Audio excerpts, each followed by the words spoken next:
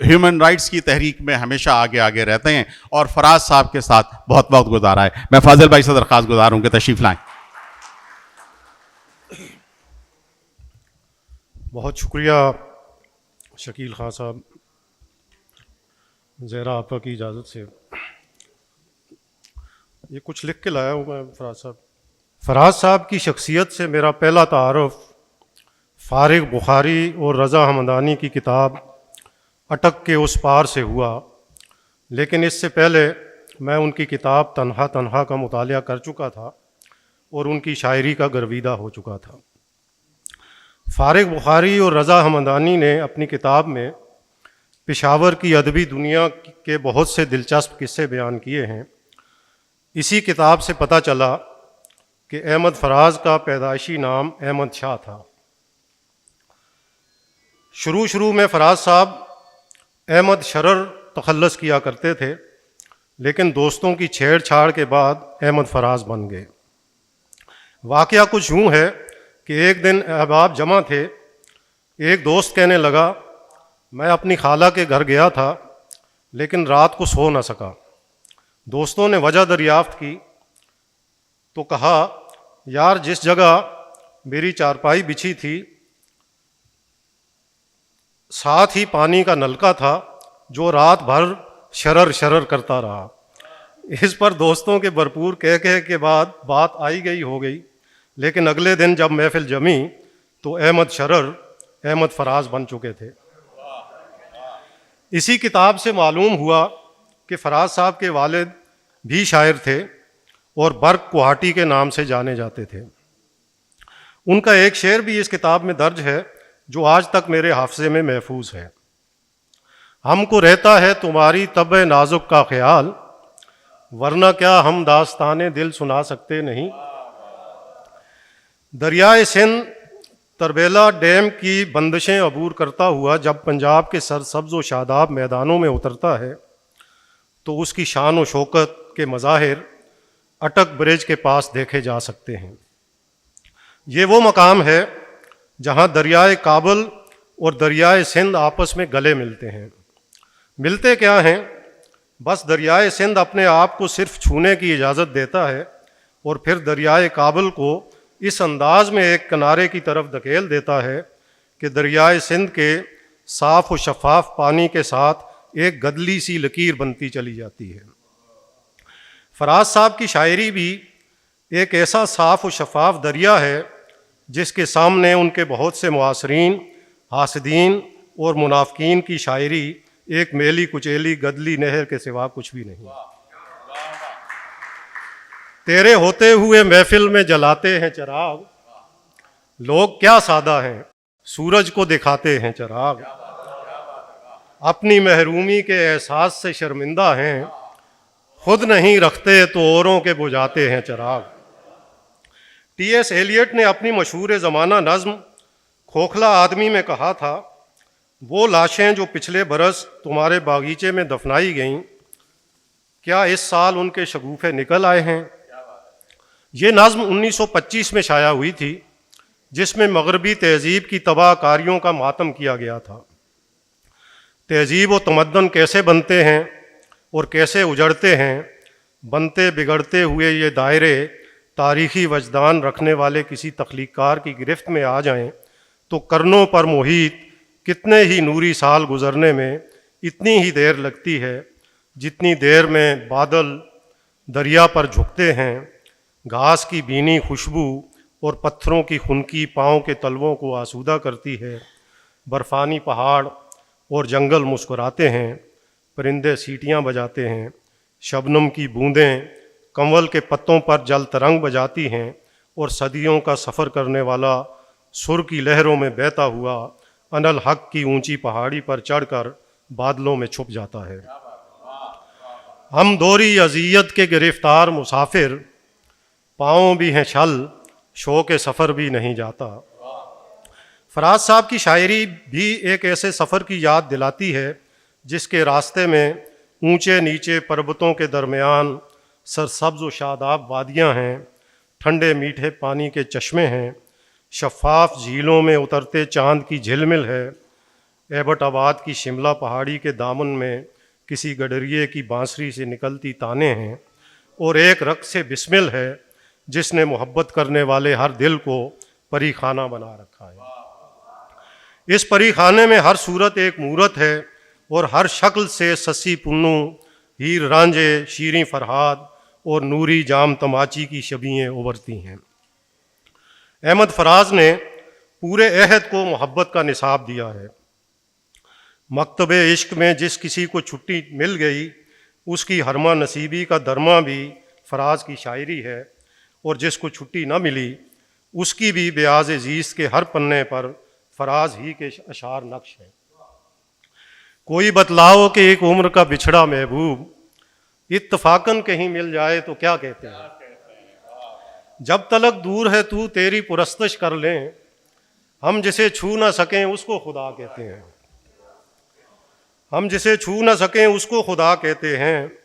ہم قصیدہ خواں نہیں اس حسن کے لیکن فراز، ہم قصیدہ خواں نہیں اس حسن کے لیکن فراز، اتنا کہتے ہیں رہین سرما و غازہ نہ تھا، جس سے یہ طبیعت بڑی مشکل سے لگی تھی، دیکھا تو وہ تصویر ہر ایک دل سے لگی تھی۔ تنہائی میں روتے ہیں کہ یوں دل کو سکون ہو، یہ چوٹ کسی صاحب محفل سے لگی تھی۔ میں کہ پرشور سمندر تھے میرے پاؤں میں، اب کہ ڈوبا ہوں تو سوکھے ہوئے دریاؤں میں۔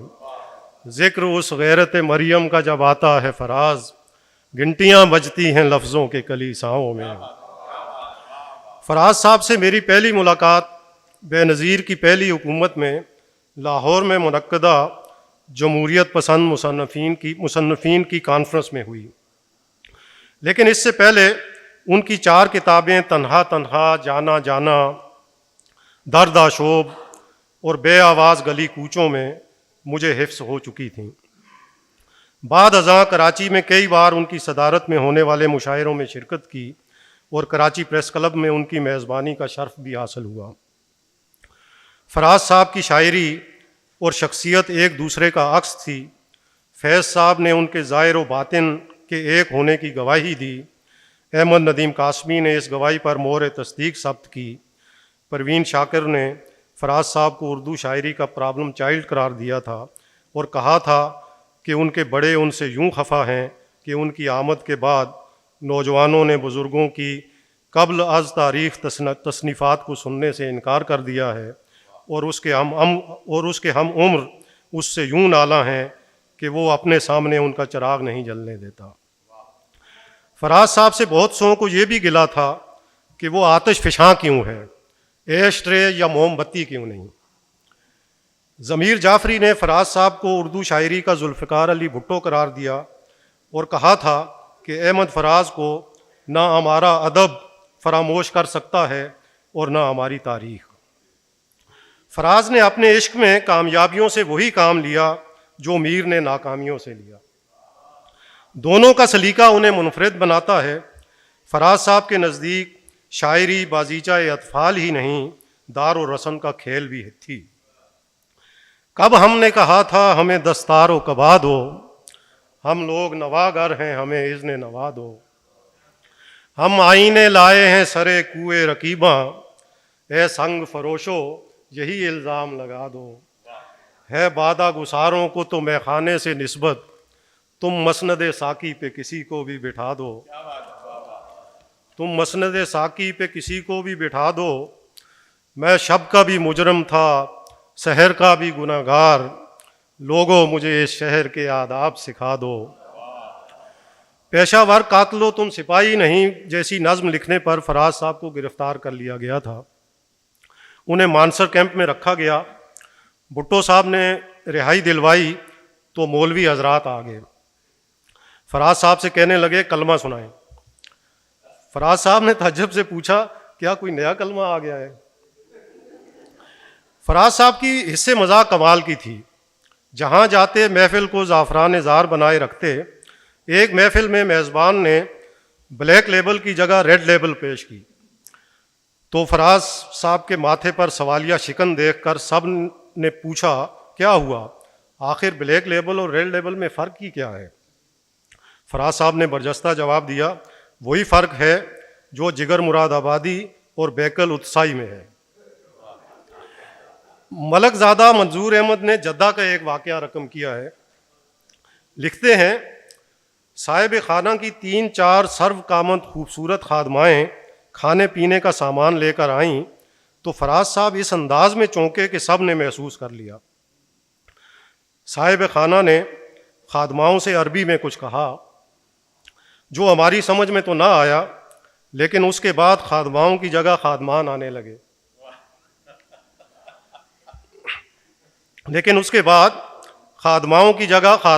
لگے۔ اسلام آباد میں خواتین کا ایک جلسہ تھا۔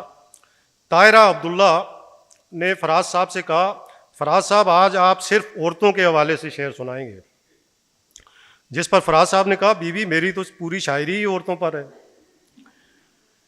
اس طرح کے کئی اور بھی قصے ہیں جنہیں خوف فساد خلق سے ناگفتہ ہی رہنے دیتے ہیں۔ فراز صاحب کی شہرت کا فائدہ دوسروں نے بھی خوب اٹھایا۔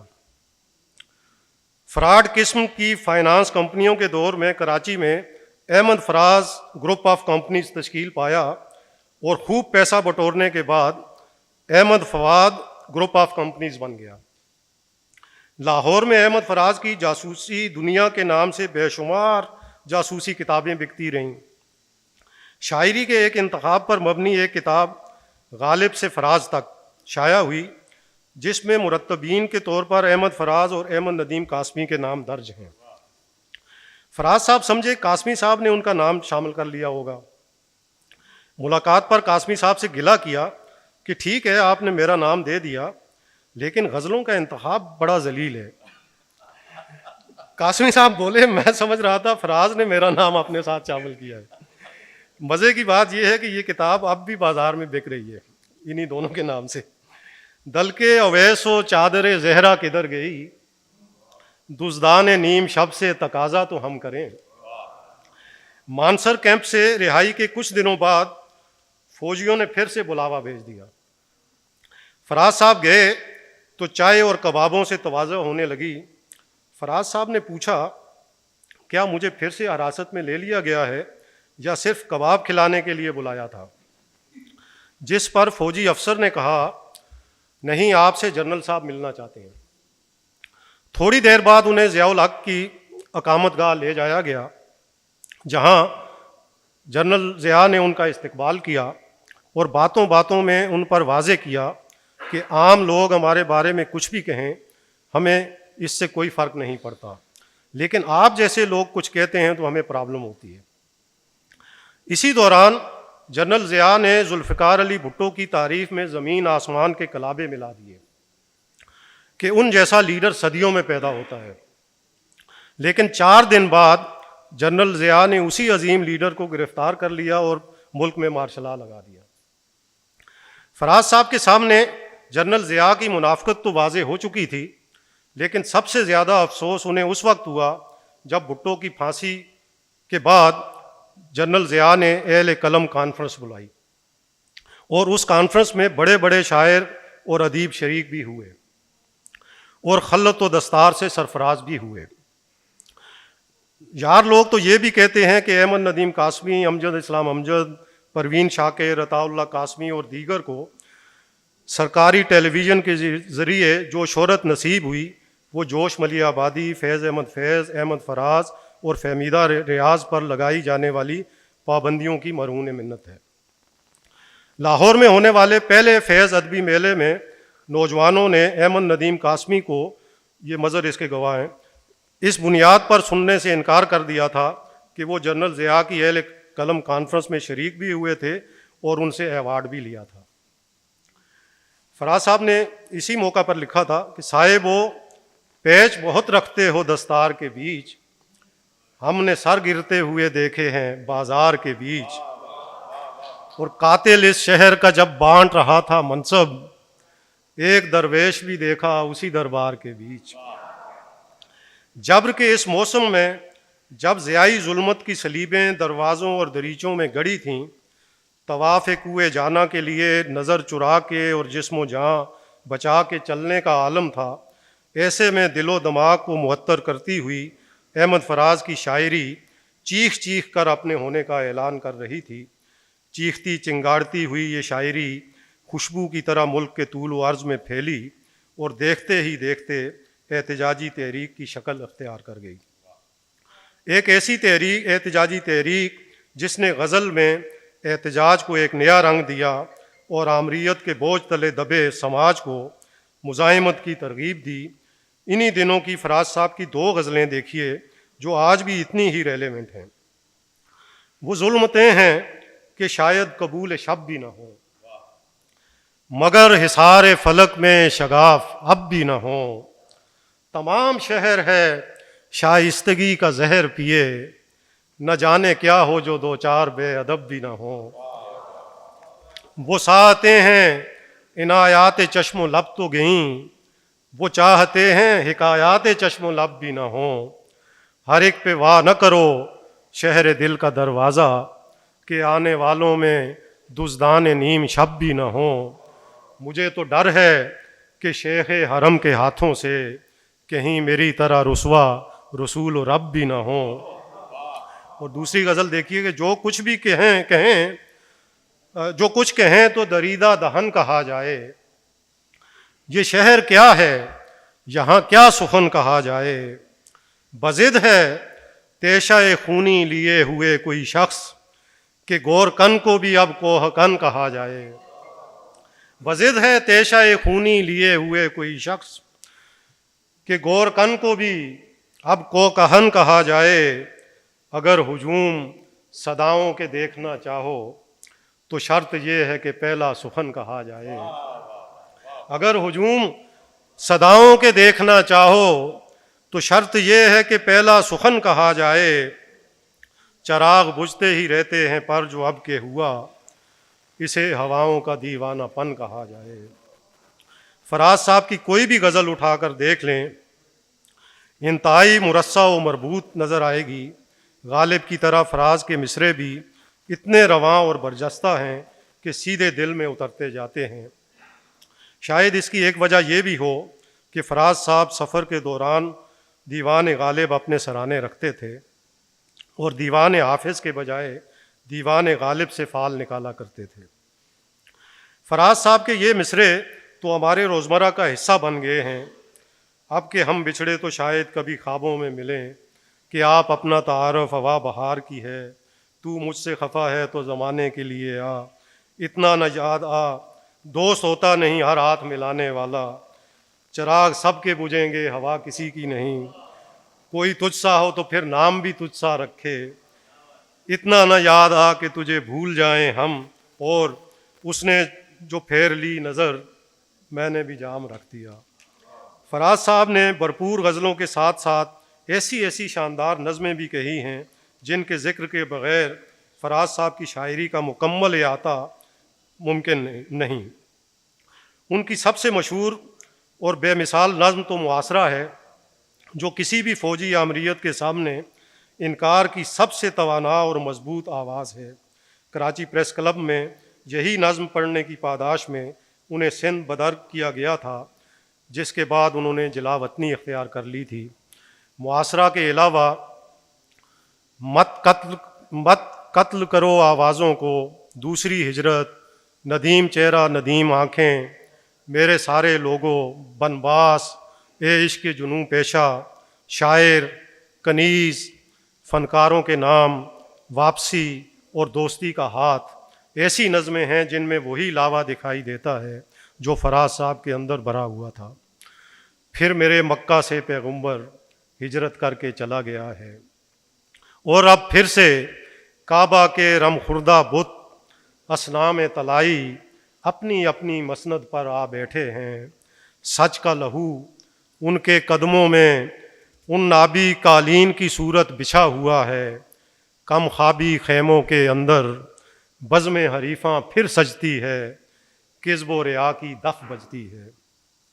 جاتے جاتے فراز صاحب کو گلا تھا کہ پاکستان میں اب احتجاج کی شاعری دم توڑتی جا رہی ہے۔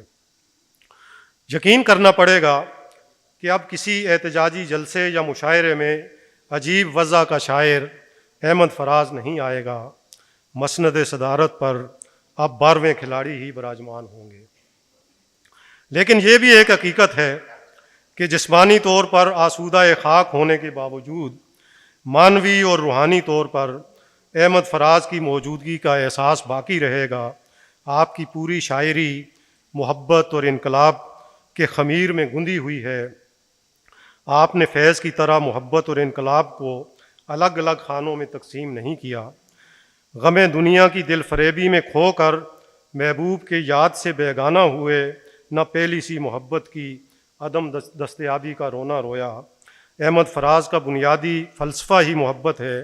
یہ ایک ایسا لافانی احساس ہے جس سے نت نئے نظریات نمو پاتے ہیں، اور آخرکار یہی نظریات انقلابی تحریکوں کو جنم دیتے ہیں۔ جیل، جلاوطنی اور صوبہ بدری کے باوجود احمد فراز نے آخری سانس تک شکوہ قلم کی لاج رکھی۔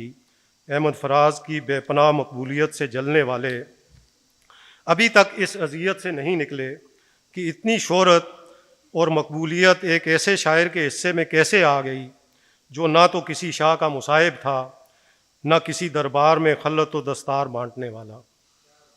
ملک بھر میں ادب کے نام پر جتنے بھی میلے ٹھیلے ہوتے رہے ہیں، ان میں احمد فراز کا نام شجر ممنوعہ قرار پایا ہے۔ لیکن احمد فراز کی یاد کے دیے تو ان دلوں میں روشن ہیں جو محبت کرتے ہیں، انقلاب کے خواب دیکھتے ہیں، اور آمروں، جابروں اور ظالموں کے نصاب سے انکاری ہیں۔ میرا قلم نہیں کردار اس محافظ کا جو اپنے شہر کو محصور کر کے ناز کرے۔ میرا قلم نہیں کاسا کسی سبک سر کا جو غاصبوں کو قصیدوں سے سرفراز کرے۔ میرا قلم نہیں تسبیح اس مبلغ کی جو بندگی کا بھی ہر دم حساب رکھتا ہے۔ میرا قلم نہیں میزان ایسے عادل کی جو اپنے چہرے پہ دوہرا نقاب رکھتا ہے۔ میرا قلم تو امانت ہے میرے لوگوں کی، میرا قلم تو عدالت میرے ضمیر کی ہے۔ اسی لیے تو جو لکھا تپا کے جہاں سے لکھا، جبھی تو لوچ کما کا زبان تیر کی ہے۔ میں کٹ گروں یا سلامت رہوں، یقین ہے مجھے کہ یہ حصار ستم کوئی تو گرائے گا۔ تمام عمر کی ایذا نصیبیوں کی قسم، میرے قلم کا سفر رائے گا نہ جائے گا۔ فراز صاحب کے ایصال ثواب کے لیے انہی کی زمین میں نے ایک غزل کہی تھی، جس کے 2 شعر آپ کی خدمت میں عرض کرتا ہوں اور اجازت چاہتا ہوں۔ ہم نے کسی کی یاد میں اکثر شراب پی کر غزل کہی تو مقرر شراب پی۔ اب کون جا کے صاحب منبر سے یہ کہے، کیوں خون پی رہا ہے ستمگر شراب پی۔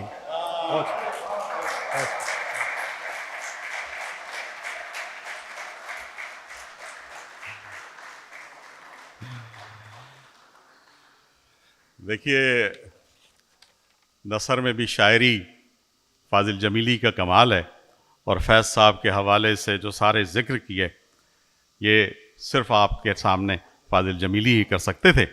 میں ہماری گورننگ باڈی کے رکن ڈاکٹر امرین حسیب امبر تشریف لے آئی ہیں۔ میں آپ سے بھی درخواست کروں گا کہ اسٹیج پہ تشریف رکھیں، اور اسٹیج پہ تشریف رکھنے کے ساتھ ساتھ ہی میں فوراً آپ کو یہاں بلاؤں گا کہ بارہا دل نے کہا مجھ سے کہ اے شوبدہ گر، تو کے الفاظ سے اصنام گری کرتا ہے، کبھی اس حسن دلارا کی بھی تصویر بنا جو تیری سوچ کے خاکوں میں لہو بھرتا ہے۔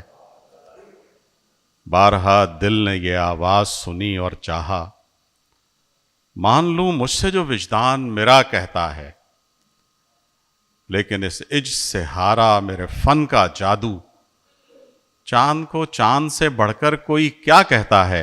ڈاکٹر امرین حسیب امبر۔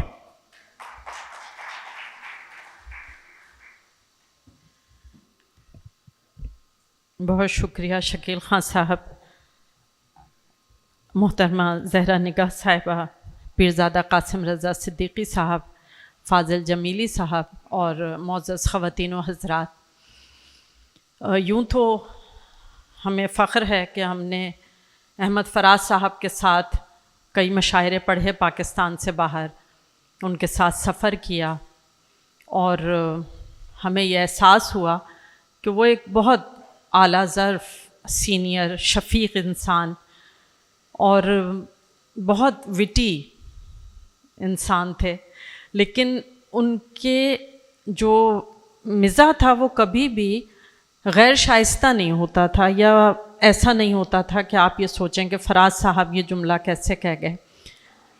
مگر سچ یہ ہے کہ جہاں زہرا آپا موجود ہوں وہاں یہ دعویٰ کرنا کہ آپ ذاتی حیثیت میں فراز صاحب کے لیے کچھ کہہ سکتے ہیں، یہ جہالت کے سوا اور کچھ نہیں ہے۔ اس لیے ہم مزید بات اس پہ نہیں کریں گے کہ فراز صاحب کو ہم نے کیسا پایا اور کون سے ایسے واقعات ہیں جو ہم آج تک یاد کرتے ہیں اور ہمیشہ یاد کرتے رہیں گے، کیونکہ اس کے سبب فراز صاحب کی ایک بڑی خاص جگہ ہمارے دل میں ہمیشہ رہے گی۔ ہم جو مضمون لکھ کر آئے ہیں ہم وہ پیش کرتے ہیں۔ اردو شاعری میں احمد فراز کو جو مقام حاصل ہے وہ کم کم شعراء کو نصیب ہوا۔ ادب میں مقام محض ایک لفظ نہیں ہے، بلکہ یہ وہ اہمیت، حیثیت یا مرتبہ ہے جو شاعر اپنی تخلیقی صلاحیتوں، اپنے شعری اسلوب، موضوعات کی گہرائی اور اپنے دائرہ اثر کی بدولت حاصل کرتا ہے۔ یہ مقام شاعر کی زندگی یا بعد میں ادبی نقادوں، قارئین اور ماہرین کی جانب سے تسلیم کیا جاتا ہے، اور اسی کی بنیاد پر ادب میں شاعر کا مرتبہ طے ہوتا ہے۔ احمد فراز صاحب کو ان کی زندگی میں ہی ناقدین، قارئین اور ماہرین کی جانب سے اپنے عہد کا بے حد مقبول اور محبوب شاعر تسلیم کیا جا چکا ہے۔ احمد فراز صاحب کا یہ سفر احمد شاہ کوہاٹی سے احمد فراز تک کا ہے۔ ان کا سفر فراز اپنے سوا ہے کون تیرا، تجھے تجھ سے جدا دیکھا نہ جائے سے لے کر، اور فراز چاہیے کتنی محبتیں تجھے، ماؤں نے تیرے نام پر بچوں کے نام رکھ دیے۔ یہ سفر کوئی آسان سفر نہیں ہے، اور اس سفر کو احمد فراز صاحب جیسا غیر معمولی شاعر ہی طے کر سکتا تھا۔ ہمارے نزدیک کسی شاعر کے مضبوط اور بلند مقام ہونے کی ایک بڑی دلیل یہ بھی ہے کہ اس نے کن ہم عصروں کے درمیان اپنا قد نکالا، کیونکہ اندھوں میں کانا راجا تو کوئی کمزور بھی ہو سکتا ہے، لیکن دیدہ وروں کے درمیان اپنے سر پر تاج سجانا بڑا کمال ہے جو ہنر کے بغیر ممکن ہی نہیں۔ اور اس حوالے سے احمد فراز ثابت کرتے ہیں کہ وہ ایک ایسا مختلف، منفرد اور دلکش طرز احساس اور طرز اظہار رکھتے ہیں جو انہیں احمد فیض، زہرا نگاہ، نون میم راشد اور منیر نیازی جیسے جید شعراء کے درمیان بھی پورے قد سے کھڑا رکھتا ہے۔ ورنہ بدقسمتی سے کسی بڑے شاعر کے عہد میں پیدا ہونے والے شعراء تو محض دیگر میں شمار کیے جاتے ہیں۔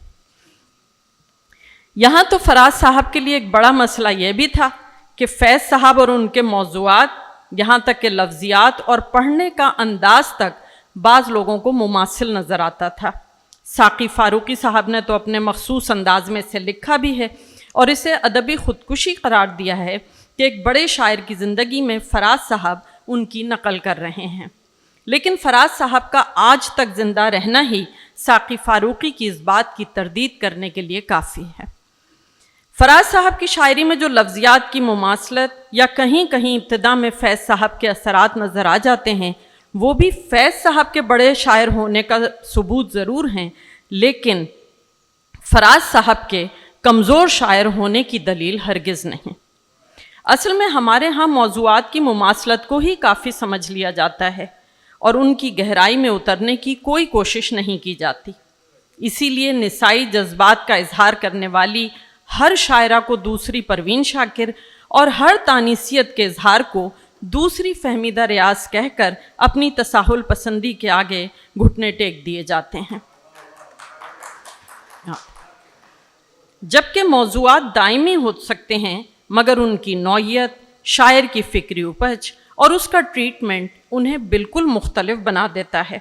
مثلاً اسی کو دیکھ لیجئے کہ احتجاج اور مزاحمت فیض صاحب اور فراز صاحب دونوں کے ہاں موجود ہے، لیکن ان دونوں کے زمانوں میں فرق ہے اور اظہار میں بھی۔ جی ہاں، ان دونوں شعراء کے درمیان ایک بنیادی فرق ان کے زمانے اور سیاسی حالات کے تناظر میں پایا جاتا ہے۔ فیض صاحب کا دور استعماریت کا دور تھا اور ان کی بغاوت، ان کا احتجاج، ان کی مزاحمت استعماریت کے خلاف ہے۔ ان کی شاعری میں نوآبادیاتی طاقتوں کے ظلم و جبر کے خلاف احتجاج اور مزاحمت ملتی ہے، طبقاتی جد و جہد، مزدوروں اور کسانوں کی حمایت اور آزادی کے حصول کا واضح تذکرہ ملتا ہے۔ ان کی نظمیں ہم دیکھیں گے، لازم ہے کہ ہم بھی دیکھیں گے، بول کے لب آزاد ہیں تیرے، یہ سب استعماریت کے خلاف احتجاج ہے۔ ان کی مزاحمت اور احتجاج میں استعماریت کے خلاف جد و جہد کی گہری بازگشت ملتی ہے۔ ان کے کلام میں امید، یقین اور روشن مستقبل کا تصور نمایاں ہے۔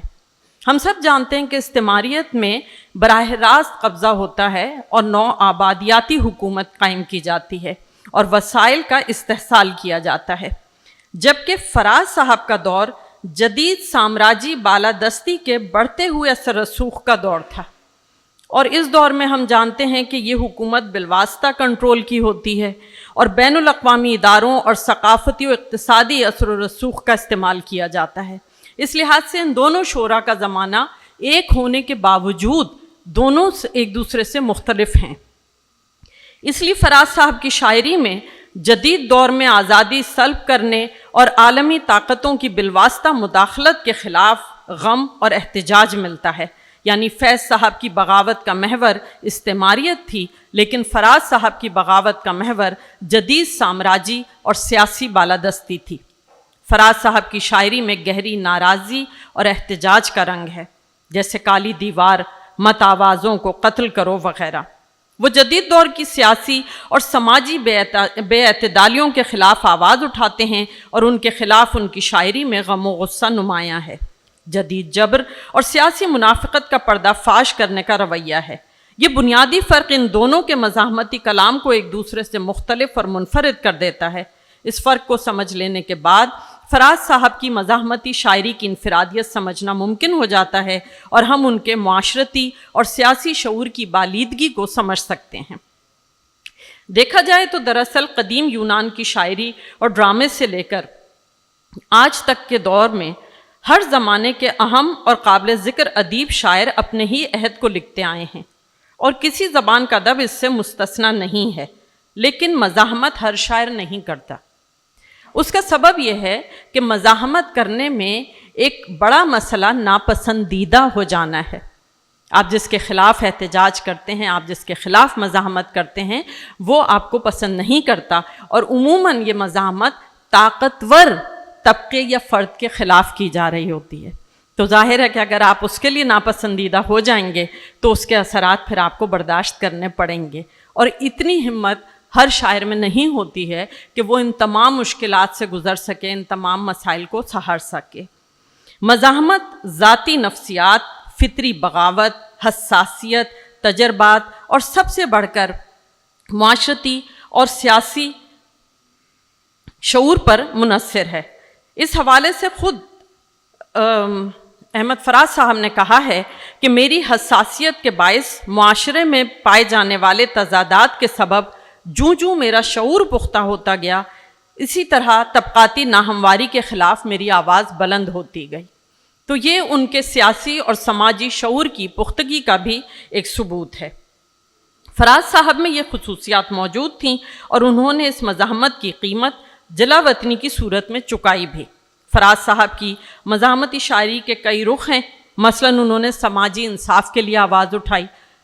فراز صاحب کی وہ نظم بڑی مشہور ہوئی جو انہوں نے بانوں کے نام لکھی، اور وہ سمجھیے کہ پاکستان کی قانون اور سماجی انصاف کا پورا ایک نقشہ بیان کرتا ہے کہ کس طرح بیگم جوناگڑھ نے ایک معصوم سی 13 سال کی بچی کو ظلم کے ذریعے قبر تک پہنچا دیا، اور اس کے بعد جو ان کے ساتھ ہوا وہ ہم سب جانتے ہیں کہ ایک VIP بلاک انہیں ملا، 2 خدمتگار ملے جہاں وہ گاؤں تک سے ٹیک لگا کر بیٹھی رہتی تھیں اور خود لوگوں کو بتاتی تھیں کہ احمق جیلر میرے قابو میں ہے۔ تو وہیں سے آپ سوچئے کہ ایک خاتون، اور پھر وہ کہتی کیا ہیں کہ ایک 13 سال کی کتیا کے قتل میں مجھے گرفتار کیا جا رہا ہے، اور کہلاتی تھیں وہ ماں صاحب. تو آپ وہیں سے سوچ لیجئے کہ اشرافیہ کا اس ملک میں کیا مقام بنا اور عوام کے لیے کیا صورتحال طے ہوئی.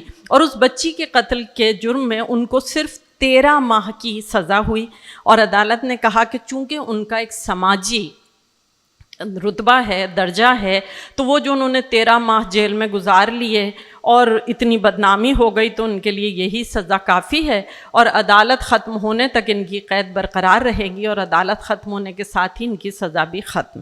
تو یہ ایک بہت بڑا اور بہت اہم واقعہ ہے جس نے ہمارے سماج کے خطوط کو، اس کی سمت کو طے کیا.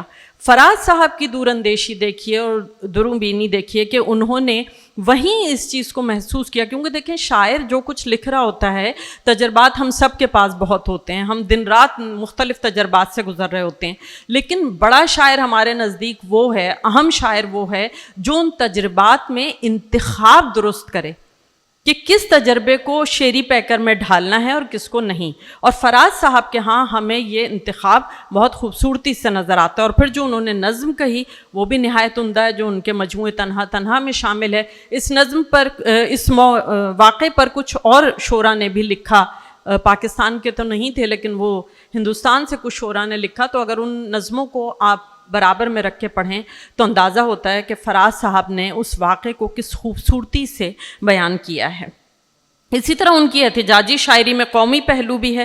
شمالی امریکہ کی نظموں کا ترجمہ فراز صاحب کے اس قومی پہلو کو واضح کرتا ہے. اور پھر ان کی مزاحمتی شاعری ہے جیسے محاصرہ، وہ چونکہ فاضل جمیلی صاحب پڑھ چکے ہیں تو ہم اس کو دہرائیں گے نہیں، صرف اس حوالے سے بات کریں گے کہ یہ ایک بلند پایہ نظم ہے. اس نظم میں حق گوئی، ظلم کے خلاف احتجاج اور قلم کی عظمت کا پیغام نہایت پرتاثیر اور جذباتی گہرائی کے ساتھ قاری کو متاثر کرتا ہے.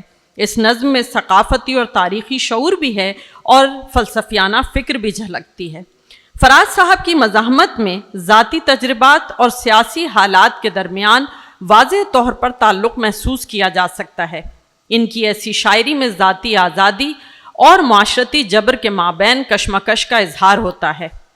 احمد فراز صاحب کی مزاحمت کہیں ذاتی سطح پر لطیف پیرائے میں ہے اور کہیں جارحانہ انداز میں موجود ہے. تاہم ہر دو صورتوں میں ان کی زبان ادبی مہارت اور شائستگی کی خوبیوں سے مزین ہے. احمد فراز صاحب کی شاعری کا رومانی پہلو بھی اپنی ایک خاص انفرادیت رکھتا ہے. دیکھا جائے تو مزاحمت اور رومانیت بظاہر مختلف موضوعات لگتے ہیں، لیکن یہ محبت ہی تو ہے جو انسان کو حساس اور ہمدرد بنا دیتی ہے، دوسرے کو تسلیم کرنا سکھاتی ہے، اس کی انا کو توڑتی ہے اور دوسروں کے لیے آواز اٹھانے کے قابل بناتی ہے. احمد فراز صاحب کی شاعری میں مزاحمت اور رومانیت کا امتزاج ان کی شخصیت، نظریات اور سماجی حالات کا نتیجہ تھا، اور ساتھ ہی یہ امتزاج ان کی شاعری میں انسانی وجود کی کثیر الجہتی کو بھی آشکار کرتا ہے. یہ دونوں پہلو ان کے کلام کو نہ صرف دلکش بناتے ہیں بلکہ اسے معنویت اور گہرائی بھی عطا کرتے ہیں. وہ ایک ترقی پسند اور انسان دوست شاعر تھے جو انسانیت کے بہتر مستقبل کے خواہاں تھے، اور اسی لیے وہ انسانی تکالیف اور سماجی ناانصافیوں کو بھی زیادہ شدت سے محسوس کرتے تھے، جبکہ رومانیت ان کے خمیر میں رچی بسی ہوئی تھی. یہ میری غزلیں، یہ میری نظمیں تمام تیری حکایتیں ہیں، یہ تذکرے تیرے لطف کے ہیں، یہ شعر تیری شکایتیں ہیں، یہ سب تیری نظر کر رہا ہوں، یہ ان زمانوں کی ساعتیں ہیں جو زندگی کے نئے سفر میں تجھے کسی روز یاد آئیں تو ایک ایک حرف جی اٹھے گا. پہن کے انفاس کی قبائیں اداس تنہائیوں کے لمحوں میں ناچ اٹھیں گی یہ ابصرائیں. مجھے تیرے درد کے علاوہ بھی اور دکھ تھے یہ جانتا ہوں، ہزار غم تھے جو زندگی کی تلاش میں تھے یہ جانتا ہوں. مجھے خبر ہے کہ تیرے آنچل میں درد کی ریت چھانتا ہوں، مگر ہر ایک بار تجھ کو چھو کر یہ ریت رنگ حنا بنی ہے، یہ زخم گلزار بن گئے ہیں، یاہ سوزاں گھٹا بنی ہے، یہ درد موج صبا ہوا ہے، یہ آگ دل کی صدا بنی ہے. وہ تیرا شاعر، تیرا مغنی، وہ جس کی باتیں عجیب سی تھیں، وہ جس کے انداز خسروانہ تھے اور ادائیں غریب سی تھیں، وہ جس کے جینے کی خواہشیں بھی خود اس کے اپنے نصیب سی تھیں. نہ پوچھ اس کا کہ وہ دیوانہ بہت دنوں کا اجڑ چکا ہے، وہ کوہ کن تو نہیں تھا لیکن کڑی چٹانوں سے لڑ چکا ہے. وہ تھک چکا ہے اور اس کا تیشہ اسی کے سینے میں گڑ چکا ہے۔ رومانی شاعری کو عموماً کمتر درجے کی شاعری سمجھا جاتا ہے اور اسی کو بنیاد بنا کر فراز صاحب کو پاپولر شاعر قرار دینے کی کوشش کی جاتی ہے، حالانکہ یہ رائے بھی تساہل پسندی کی رائے ہے۔ بات دراصل یہ ہے کہ عشق مجاز کے 3 درجے ہوتے ہیں: اعلیٰ، درمیانی اور اسفل۔ اعلیٰ درجے کا عشق مجاز انفرادیت، گہرائی اور مکمل وابستگی کا حامل ہوتا ہے۔ درمیانی درجے میں خاص نوع کی شدت تو ملتی ہے، مگر اس درجے میں جذباتی وابستگی اور وفاداری کی شدت میں کچھ کمی پائی جاتی ہے، جبکہ اسفل درجے کا عشق مجاز سطحی، عارضی اور کمزور وابستگی کو ظاہر کرتا ہے، لہٰذا عموماً ایسی شاعری کمزور جذباتیت اور سطحیت کی حامل ہوتی ہے۔ کسی شاعر کی رومانی شاعری کی وقت یہ تناسب طے کرتا ہے کہ اس شاعر کے ہاں کس درجے کا عشق مجاز زیادہ پایا جاتا ہے۔ احمد فراز کے ہاں یہ تینوں درجے موجود ہیں، لیکن ان کی بیشتر رومانی شاعری اعلیٰ اور درمیانی درجے کے عشق مجاز کو ظاہر کرتی ہے۔ ذکر اس غیرت ناہید کا جب آتا ہے فراز، گھنٹیاں بجتی ہیں لفظوں کے کلیساؤں میں۔ آج اس نے شرف ہم سفری بخشا تھا، اور کچھ ایسے کہ مجھے خواہش منزل نہ رہی۔ کس کس کو بتائیں گے جدائی کا سبب ہم، تو مجھ سے خفا ہے تو زمانے کے لیے آ۔ ان کی رومانیت میں ایک عجیب سی پراسراریت اور افسانوی انداز ہے جو محبت کو خوابناک بنا دیتا ہے۔ سنا ہے چشم تصور سے دشت امکاں میں، پلنگ زاویے اس کی کمر کے دیکھتے ہیں۔ ان کی رومانی شاعری محبت کی ہر صورت، ہر کیفیت اور ہر پہلو کو جمالیات کے ساتھ بیان کرتی ہے۔ آنکھ سے دور نہ ہو، دل سے اتر جائے گا، وقت کا کیا ہے، گزرتا ہے گزر جائے گا۔ اب اور کیا کسی سے مراسم بڑھائیں ہم، اب اور کیا کسی سے مراسم بڑھائیں ہم، یہ بھی بہت ہے تجھ کو اگر بھول جائیں ہم۔ اب کہ ہم بچھڑے تو شاید کبھی خوابوں میں ملیں، جس طرح سوکھے ہوئے پھول کتابوں میں ملیں۔ ہم کو اچھا نہیں لگتا کوئی ہم نام تیرا، کوئی تجھ سا ہو تو پھر نام بھی تجھ سا رکھے۔ ہوا ہے تجھ سے بچھڑنے کے بعد یہ معلوم کہ تو نہیں تھا، تیرے ساتھ ایک دنیا تھی۔ اس سے پہلے کہ بے وفا ہو جائیں، کیوں نہ اے دوست ہم جدا ہو جائیں۔ اس نے جب چاہنے والوں سے اطاعت چاہی، ہم نے آداب کہا اور اجازت چاہی۔ سلسلے توڑ گیا وہ سبھی جاتے جاتے، ورنہ اتنے تو مراسم تھے کہ آتے جاتے۔ زندگی سے یہی گلا ہے مجھے، تو بہت دیر سے ملا ہے مجھے۔ تو خدا ہے نہ میرا عشق فرشتوں جیسا، دونوں انسان ہیں تو کیوں اتنے حجابوں میں ملیں۔ تاہم فراز صاحب کی یہ غزل کہ سنا ہے لوگ اسے آنکھ بھر کے دیکھتے ہیں، سو اس کے شہر میں کچھ دن ٹھہر کے دیکھتے ہیں، یہ فراز صاحب کی وہ غزل ہے جہاں ان کی رومانیت مکمل ہو گئی ہے، یعنی تشبیہ اور استعارے کے ساتھ بھرپور پیکر تراشی بھی موجود ہے اور عشق کا اظہار بھی۔ سنا ہے اس کے بدن کی تراش ایسی ہے کہ پھول اپنی قبائیں کتر کے دیکھتے ہیں۔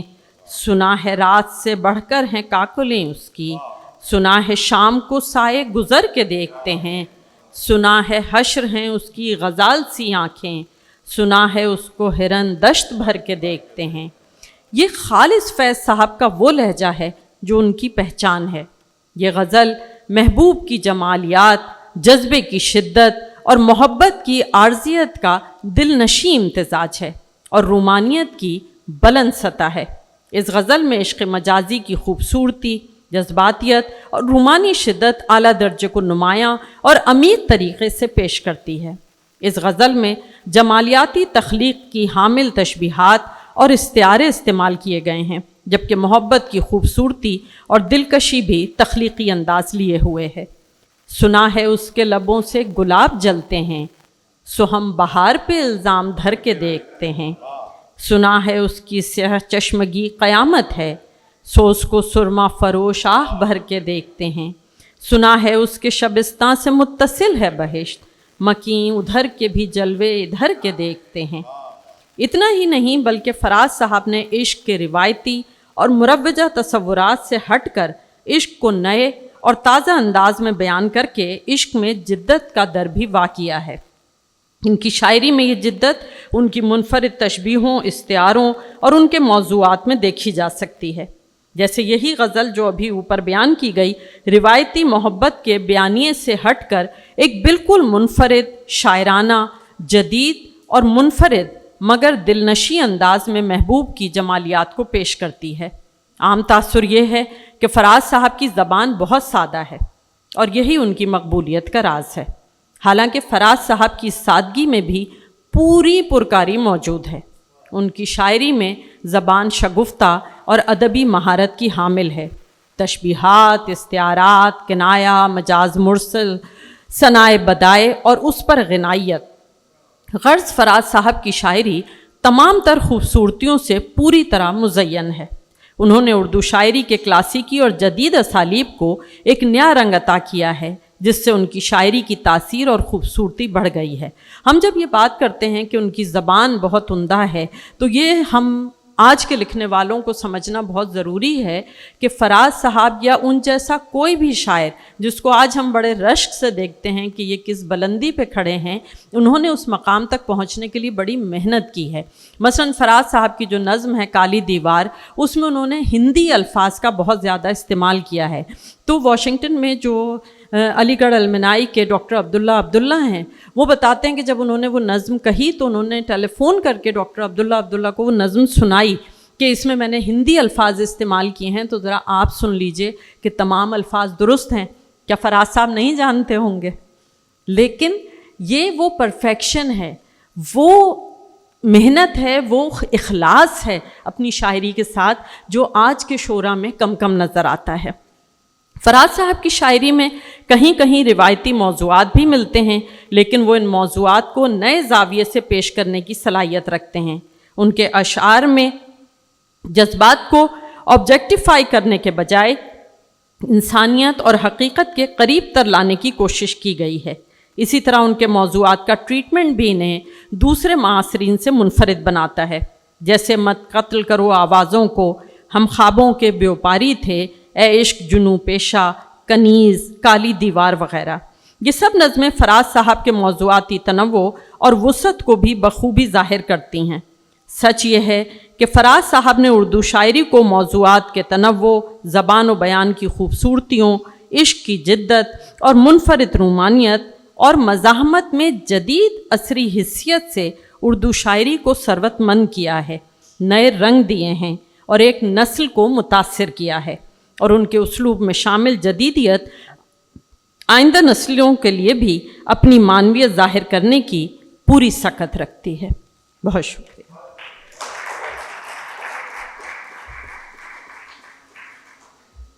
ڈاکٹر امرین حسیب عنبر آپ کے سامنے فراز صاحب کے بارے میں مضمون پڑھ رہی تھیں کہ اردو اور خوبصورت مضمون۔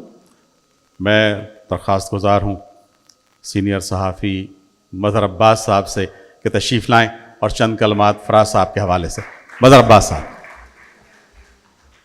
مجھے تو آج کے دور کو دیکھتے ہوئے فراز صاحب کے وہ مصرے یاد آتے ہیں، جب کال پڑا آوازوں کا، جب قتل ہوا سرسازوں کا، پھر کس پر سنگ اٹھاؤ گے، اپنے چہرے آئینے میں جب دیکھو گے ڈر جاؤ گے۔ میں نے تو جس زمانے میں فراز صاحب کی مزاحمتی شاعری شروع ہوئی ہے، وہ زمانہ تھا جب ہم ایک پولیٹیکل ایجیٹیشن میں تھے۔ تو as an agitator, as a student activist, ہم نے جس کا بھی ذکر کیا فاضل نے، ہم ان شرپسندوں میں شامل تھے جنہوں نے احمد ندیم قاسمی کو ہوٹ کیا تھا، اور اس کے خلاف منو بھائی نے جنگ میں ایک کالم لکھا تھا،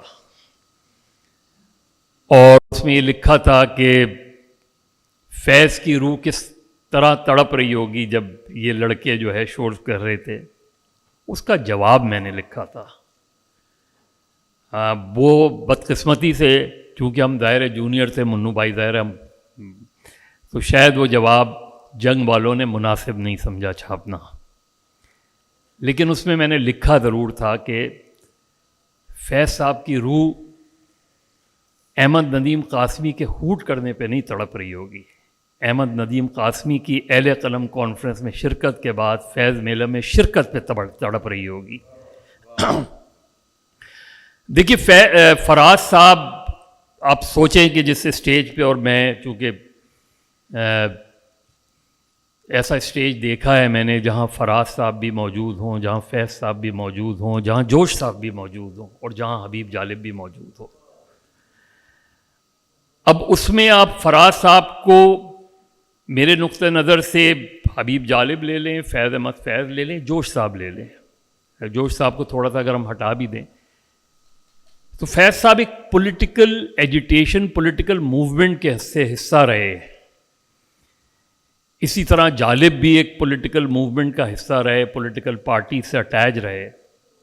فراز صاحب ایک بالکل ڈفرینٹ کلاس کے آدمی تھے، اور ان کی مزاحمتی شاعری مجھے پوسٹ زیادہ نظر آتی ہے. تو ایک خاص ماحول میں انہوں نے وہ شاعری کی ہے جو کہ بہت پاورفل ہے، بہت.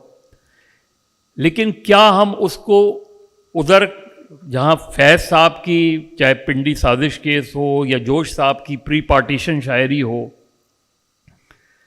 وہاں مزاحمتی شعرا میں ہم فراز صاحب کو، میں بالکل ایک لے مین کے طور پہ یہ سوال چھوڑ کے جا رہا ہوں، وہاں کہاں کھڑا دیکھیں گے ہم فراز کو؟ بہت زبردست محاصرہ، ایک خاص ماحول میں ایک غصے والی شاعری نظر آتی ہے. ضیاء کے خلاف جو ان کا، اور بہت انٹرسٹنگ واقعہ ہے یہ کہ حیدرآباد میں جب انہوں نے 1983 میں محاصرہ پڑھی، اس وقت وہاں ڈپٹی کمشنر تھے روشن ضمیر صاحب. تو ہمارے والد کو جب انہوں نے اپروچ کیا اور کہا کہ میں مشاعرہ وہاں کرنا چاہتا ہوں، تو انہوں نے کہا دیکھیں آپ، ماشاء اللہ کا دور ہے، میں تو شعراء کو خط لکھوں گا اور مجھے امید ہے کہ سب لوگ آ جائیں گے، لیکن کیا آپ کی حکومت برداشت کر پائے گی؟ تو پھر روشن ضمیر صاحب نے خود ہی قصہ سنایا کہ جب انہوں نے کہا جی آپ اس کی پرواہ نہیں کریں، آپ مشاعرے کا انتظام کریں. مشاعرہ ہو گیا سینٹ بوناونچر اسکول میں، ایک گراؤنڈ پہ مشاعرہ ہوا تھا، بہت بڑا مشاعرہ تھا. تو فراز صاحب نے جب محاصرہ پڑھنی شروع کی تو ایک مرتبہ پڑھی، لوگوں نے فرمائش کی دوبارہ سنائیں. جب 2-3 مرتبہ ہوا تو کمشنر جو تھا وہ پریشان ہو گیا، اور اس نے کہا کہ کسی طریقے سے مرزا صاحب سے کہیں کہ اس کو روکیں. تو انہوں نے کہا جی میں کہہ نہیں سکتا. بعد میں کہنے لگے، ایک ہفتے بعد D M L A office سے ایک انکوائری آئی اور بلایا گیا. تو جو ڈی ایم ایل اے تھا اس نے کہا کہ یہ آپ نے کن لوگوں کو بلا لیا تھا اس مشاعرے میں؟ تو کہنے لگے کہ میں نے کہا کہ جی اس کا این او سی تو آپ نے ہی دیا تھا ڈی ایم ایل اے سے. تو اس نے کہا تھا میں نے شرارت یہ کی تھی کہ 50 شعراء کے نام میں بیچ میں احمد فراز لکھ دیا تھا. تو اس وجہ سے خیر اس ڈی ایم ایل اے نے بھی یہ کہا کہ کام تو تم نے بہت گڑبڑ کیا تھا لیکن بری حرکت نہیں تھی. تو فراز کو سن کے میرے نقطۂ نظر سے احمد فراز کی جو مزاحمتی شاعری ہے اس کو یہ دیکھنا پڑے گا کہ جو فیض صاحب کی مزاحمت ہے، جو جالب کی مزاحمت ہے، کیا وہ احمد فراز کی بھی مزاحمت ہے یا نہیں ہے؟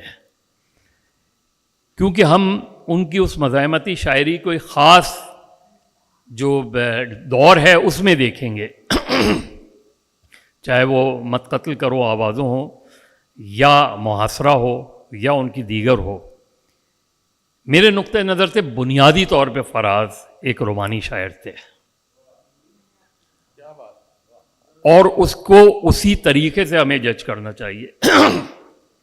جالب کو ہم کہیں اور ریٹ کرتے ہیں، لیکن ظاہر ہے وہ شاعر تھا جو پولیٹیکل موومنٹ کو اٹھا دیتا تھا، پولیٹیکل موومنٹ چلا دیتا تھا اس میں.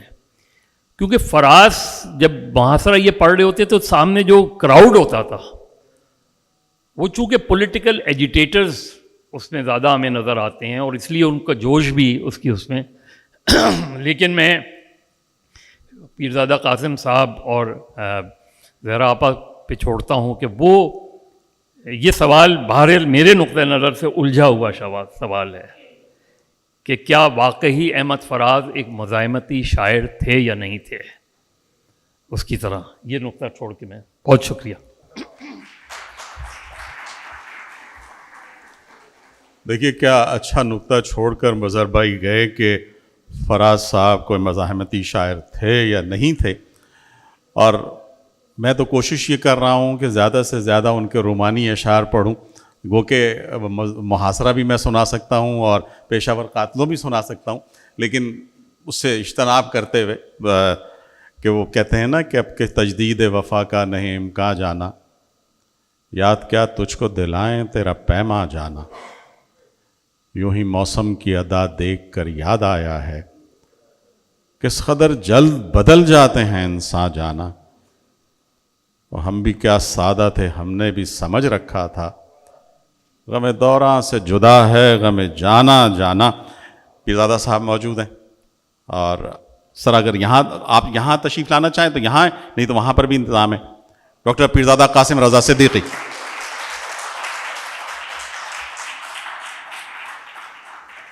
حاضرین گرامی، ہم اپنے عہد اور اپنا زمانہ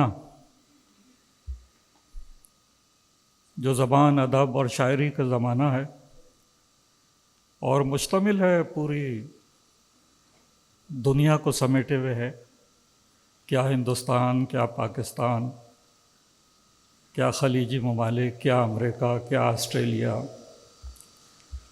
یورپ، ان سب میں جو شاعری کے بڑے حوالے جانے پہچانے جاتے ہیں اور یکساں طور پہ توجہ حاصل کرتے رہے ہیں، ان میں ظاہر ہے بہت بڑے بڑے نام ہمارے درمیان رہے. اور تقسیم کے بعد جو دو صفیں ایک ہندوستان میں تھی بڑے لوگوں کی، ظاہر ہے، اور ایک پاکستان میں. اور میں یہ بھی کہتا چلوں کہ دیکھیے یہ ہماری خوش نصیبی اور خوش قسمتی ہے کہ ہم فراز کو یاد کر رہے ہیں، اور آج کی محفل میں اردو شاعری ہندوستان، پاکستان اور ساری دنیا میں جو اس وقت اردو شاعری نام آور لوگوں میں اگر کوئی ہے تو زہرا نگاہ ہے. سب ان کی طرف دیکھتے ہیں، انہوں نے سارے زمانے دیکھے ہیں اور ان سے گزری ہیں. میں یہ عرض کر رہا تھا کہ یہ جو ہمارے ہاں تقسیم ہوئی تو اس میں تو ایک صف بن گئی تھی. ہندوستان میں بھی ایک صف تھی، علی سردار جعفری تھے، کیفی اعظمی تھے، اختر الایمان تھے، آپ دیکھیے سب. اور پاکستان میں بھی فیض صاحب تھے، احمد ندیم قاسمی، اور پھر لیکن یہ جو دوسری صف جو بعد میں بنی ہے اس میں پاکستان کے بڑے لوگوں میں اگر بڑا نام آتا ہے، اس سے پہلے زہرا آپا تو تھی اور وہ موجود ہیں، تو اس میں احمد فراز اور منیر نیازی، یہ دو نام بہت نکل کے آتے ہیں. مگر جو نام رچا بسا ہے، دیکھیے منیر نیازی کی طرف آپ جائیں گے تو وہ رومانٹسزم اور اس کے ساتھ کی ساری کیفیتیں. اس سے پہلے ناصر بھی تھے، وہ بھی پورے کا پورا اسی پہ چل رہے تھے. احتجاج میں جاتے تھے تو جالب آ جاتے تھے، بہت آپ نظر انداز کر ہی نہیں سکتے. لیکن اگر آپ یہ دیکھیں کہ دونوں جگہ احتجاج بھی اور رومانٹسزم بھی اگر اپنے میل ملاپ کے ساتھ اس نے اردو شاعری اور زبان اور اس کی ترویج اور اس کی منظرناموں کو سامنے رکھتے ہوئے اپنے آپ کو بنایا اور پیش کیا، تو اس میں احمد فراز کا نام سب سے بڑا نام ہے. اب فراز صاحب کی شاعری پہ دو بڑے اہم مضامین، عنبرین کا بہت ہی اچھا مضمون یہ تھا، اور اگر یہ ذرا سا اس پہ اور کریں گی تو میں تو ان سے درخواست کرتا ہوں کہ احمد فراز پہ ایک ان سب اور تحقیقات کے سطح پہ بھی آپ سب چیزوں کو جانتی ہیں، اس پہ ایک کتاب مرتب کر دیجئے احمد فراز پہ، کیونکہ یہ تحقیق کی بھی ہیں. تو میں جناب یہ عرض کرتا ہوں کہ مجھے احمد فراز صاحب کے ساتھ، میں ایک جونیئر تھا، وہ میرے سینئر تھے، پیش رو، لیکن جو ہمت افزائی اور جس طریقے سے انہوں نے ہر قدم پہ وہ رکھا، ساتھ دیا اور ہمت افزائی کی، اس میں احمد فراز بہت ہی نمایاں نام ہے، کم سے کم میرے لیے تو بہت ہی نمایاں نام۔ اور نہ صرف یہ کہ ان سے جو تعلق خاطر بنا تھا، ایک مسئلہ یہ تو ضرور تھا کہ وہ اسلام آباد میں ہیں، میں کراچی میں ہوں، اب ایک ٹیلی فونک رابطہ ہے، ایک یہ کہ جب اسلام آباد گئے تو وہ ان کا ہوٹل کا جو کارنر تھا وہاں جا کے نشست میں بیٹھ کے اور بات چیت کرتے تھے، لیکن یہ کہ انہوں نے ہمیشہ یہ مدد کی۔ مثال کے طور پہ ایک دفعہ بے دل کے حصار میں آ گیا، اب 5 غزلیں بے دل کی جو میں اس کے ساتھ دیکھ کے پڑھتا تھا اور وہ کرتا تھا، وہ میرے اس پہ یعنی کہتے ہیں نا پلے نہیں پڑتی تھی اس طریقے سے، تو میں نے کہا کہ اب یہ تو فراز صاحب ہی کر پائیں گے۔ پھر میں نے ان سے رجوع کیا، انہوں نے 5 غزلیں بے دل کی مجھے سجھائیں، بتائیں، لیکن پھر مجھ سے کہنے لگے کہ میاں فارسی پڑھ لو، یہ اس طریقے سے کام نہیں چلے گا۔ تو زبان اور اس کی جو ضرورتیں ہیں وہ اس طریقے سے وہ کرتے تھے۔ بہت ساتھ رہا ان کا، اور بیرون ملک بھی، یہاں بھی، وہاں بھی، اور کون سا ساتھ رہا میں آپ کو کیا بتاؤں۔ آپ یہ بتائیے کہ جدہ میں ہم ہوٹل میں تھے، تو کمرہ برابر تھا، میرے کمرے میں آ گئے، کہنے لگے کیا کر رہے ہو؟ تو میرے پاس وہ کتابچہ تھا جو اگلے دن صحیح کرنی تھی، طواف کرنا تھا، ساری چیزیں تھیں، دعائیں۔ کہنے لگے لاؤ، وہ پلٹ کے 10 منٹ اسے دیکھتے رہے، کہنے لگے اس میں سے آدھا تو مجھے یاد تھا۔ مجھ سے کہا انہوں نے کہ یہ چیزیں تو ظاہر ہے ہر مسلمان، اور وہ دعائیں ہیں، وہ دوسری چیزیں ہیں، وہ کہنے لگے مجھے تو آدھا یہ یاد تھا پہلے سے۔ اچھا جناب، وہ اس کے بعد نکل گئے، عمرہ ساتھ کیا میرے، صحیح ساتھ کی میرے انہوں نے۔ کیا بات ہے کہ میں وہ طواف کے بعد صحیح اس میں جا رہا تھا، تو میرے تو 2 چکر ہوئے، تو وہ تو نکل گئے آگے، 4 چکر ہو گئے ان کے یا 5 ہو گئے۔ میں نے کہا کہ فراز بھائی یہ مطلب یہ کیا ہو رہا ہے؟ وہ کہنے لگے کہ مجھے جاگنگ کی بڑی پریکٹس ہے، تو میرے لیے تو یہ بہت ہی آسان ہے، نکل کے کیا سے کیا ہو گیا۔ اور بڑی محبت کرنے والے تھے، مگر اپنے اس پہ بڑے وہ جو ابھی یہاں بات ہو رہی تھی، تو بحرین تھا غالباً، بحرین میں ہم لنچ پہ تھے، اور فراز بھائی، میں، اور تو اتنے میں ضیاء الحق صاحب کے صاحبزادے آ گئے، وہ بینک میں تھے وہاں، تو انہوں نے ہاتھ بڑھایا، انہوں نے کہا میں جابروں کی اولاد سے ہاتھ نہیں ملاتا، ہاتھ ایسے کر دیا۔ میں نے کہا کہ بھائی یہی کر سکتے ہیں، انہیں کی ہمت ایسی ہے کہ یہ، نہیں تو ویسے تو اخلاقاً جو بھی ہے آدمی وہ اس طریقے سے کر لیتا ہے، وہ اپنے اس سے بالکل جو جہاں یہ ایک بہت بڑی بات ہے کہ یہ جو شاعری ان کے یہاں ڈھلی اور پورا سسٹم ان کے یہاں پورا بن گیا، اس کے اندر ایک بہت اچھی چیز ہے، وہ جاننے والے جانتے ہیں، یہاں سب اہل علم بیٹھے ہیں، ایک تشویش ہے، ایک اضطراب ہے۔ یہ تشویش اور اضطراب ہمارے اندر کا بھی ہے، اور یہ تشویش اور اضطراب معاشرے کا بھی ہے۔ جب معاشرے کی تشویش اور اضطراب اپنے اندر کے تشویش اور اضطراب سے ہم آہنگ ہو جاتا ہے، تو وہ کمال کی ایک شاعری جو ہے وہ بنتی ہے، اور وہ آپ دیکھیں احمد فراز صاحب کے یہاں۔ تو اس پہ ظاہر ہے کہ جو کچھ بھی اور بہتر سے بہتر ہوگا وہ یہ ہماری حزیب امبر کریں گی، اور وہ سب بیٹھے ہیں بڑے بڑے لوگ انشاءاللہ فراز کے بارے میں بہت اچھی پیش رفت اور ہوگی، اور وہ ہمارے زمانے کے ظاہر ہے بہت بہت اہم نام ہے. بہت شکریہ.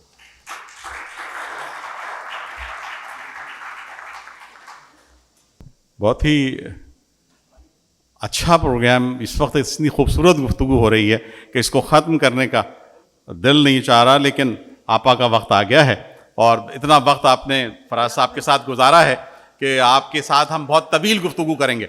جی نہیں مطلب آپ یہاں آئی ایم سوری، یہ میں سوچ نہیں سکتا کبھی اس طرح کی، لیکن یہ کہ ہم سب سے زیادہ گفتگو، چونکہ آپ نے فراز صاحب کے ساتھ بہت وقت گزارا ہے لندن میں، یہاں، تو آپ سے بہت ساری بات کرنا سننا چاہیں گے ہم سب. نہیں، میں بہت ساری بات کہاں کر سکتی ہوں. ایک تو مجھے سب سے زیادہ غصہ آتا ہے احمد شاہ پہ. ہر 8ویں 10ویں 15ویں دن کہتے ہیں کہ ہمارے یہاں ایک فنکشن ہے اور صدارت آپ کو کرنی ہے. تو میں بھیا بہت گھبرا گئی. اب میں نے کہا اب کوئی اور ڈھونڈو، اب مجھ سے یہ سب نہیں ہوتا ہے. لیکن انور نے مجھ سے کہا نہیں، خاموشی سے صدارت قبول کر لو. آج کل آرٹیکل 6 بھی لگ جاتا ہے.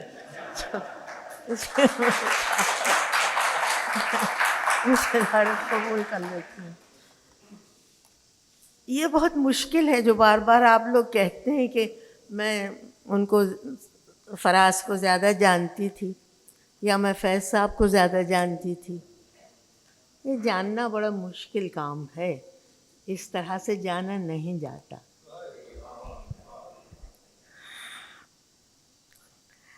اب میرا یہ حال ہے کہ جس عمر میں میں ہوں تو مجھ سے دوسروں کو خوفزدہ ہونا چاہیے، نہ یہ کہ جب میں کسی محفل میں آتی ہوں اور صدارت کی کرسی پہ بیٹھتی ہوں تو مجھے اپنے آپ سے ڈر لگنے لگتا.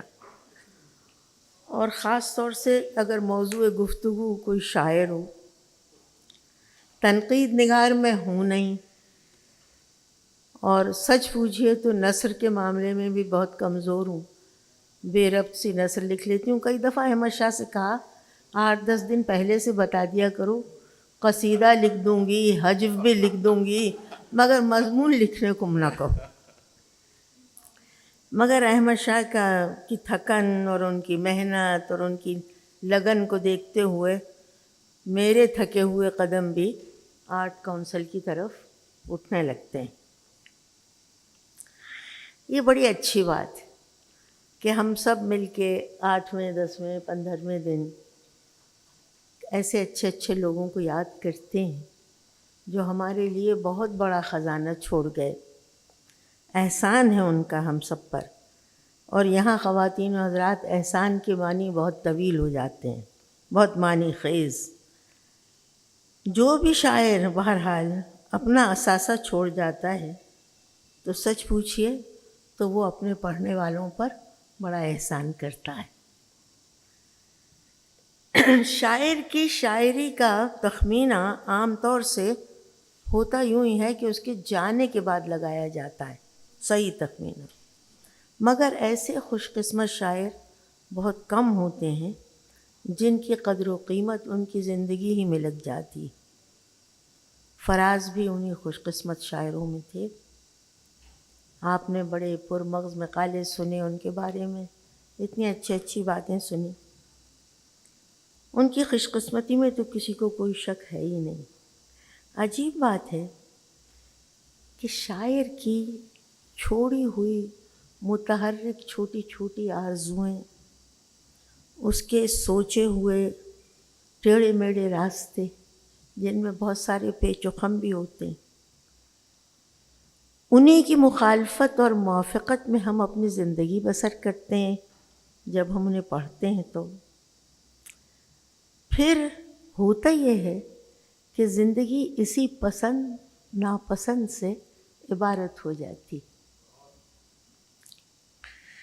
ایک بات کسی بھی گئے ہوئے شاعر کا ذکر کرتے ہوئے یاد رکھنا چاہیے کہ ہر عہد اپنے واقعات سے نئے نئے درد جنم لیتا ہے.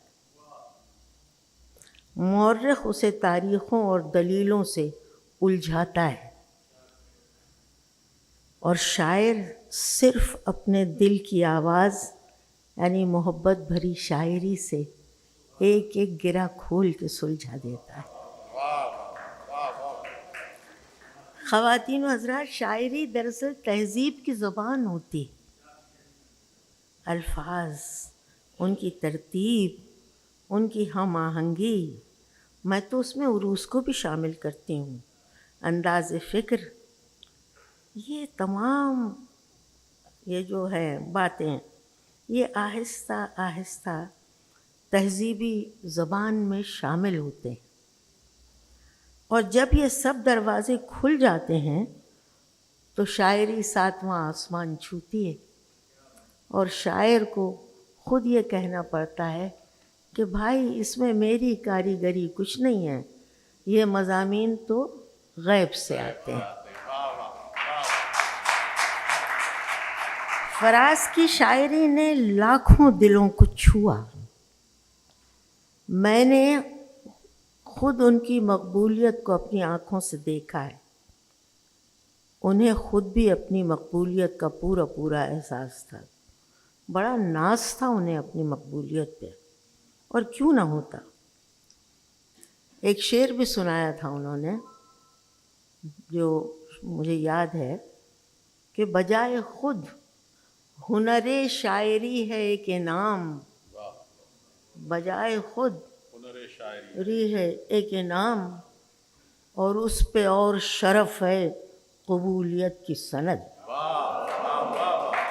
تو بہت بڑا شعر ہے ان کا کہ بجائے خود ہنر شاعری ہے ایک انعام، اور اس پہ اور شرف ہے قبولیت کی سند۔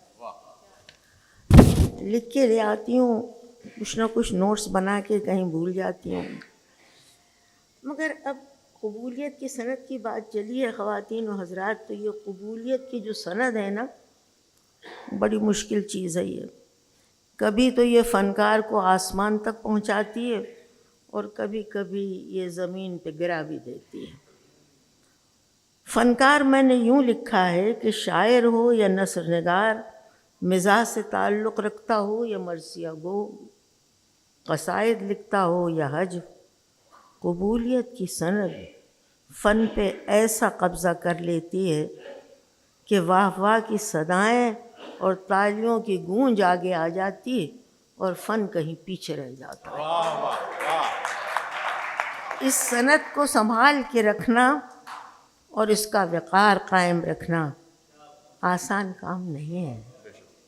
یہ رتبہ بلند ملا جس کو مل گیا، یہ کام ہمارے اپنی زندگی میں نے فیض صاحب کو آتا دیکھا ہے۔ یہ بھی میری عمر کا تقاضا ہے کہ بات کرتے کرتے میں کہیں سے کہیں نکل جاتی ہوں۔ میرے اپنے 3 مصرے بھی ہیں اس میں کہ سنا ہے عمر بڑھ جائے تو باتوں کا تسلسل ٹوٹ جاتا ہے، جو قصہ کہنے بیٹھیں اس کے دامن سے نئے قصے الجھتے ہیں، اور سنانا چاہتے ہیں جو اسی کو بھول جاتے ہیں۔ میں بھی تھوڑی دیر کو ماضی میں چلی جاتی ہوں۔ فراز کا پہلا مجموعہ ایک سسرالی عزیز تھے میرے، جو رشتے میں تقریباً میرے سسر ہوتے تھے، انہوں نے مجھے تحفے میں دیا تھا، اور یہ کہہ کے دیا تھا کہ دیکھو اس طرح سے کہتے ہیں سخنور صحرا۔ تھوڑی دیر کے لیے اس تحفے کے ساتھ یہ مصرع ایک ٹوٹی پھوٹی شاعرہ کے لیے کچھ زیادہ اچھا نہیں لگا، مگر میں جواب نہیں دے سکی کیونکہ بزرگ تھے اور ان کے بارے میں یہ معلومات بہم تھیں کہ وہ خواتین کی شاعری کے سخت خلاف تھے۔ بہرحال مجھے تو انہوں نے اپنے بھانجے کی محبت میں بحالت مجبوری منظور کر لیا تھا، لیکن جب میں نے فراز کی شاعری اور اس کے مجموعے کو پڑھنا شروع کیا تو واقعی سخنوری کے صحرے کے پھولوں کی خوشبو آئی ضرور۔ یہ میری فراز سے اور ان کے دیوان سے پہلی ملاقات تھی۔ پھر دنوں کے ساتھ ساتھ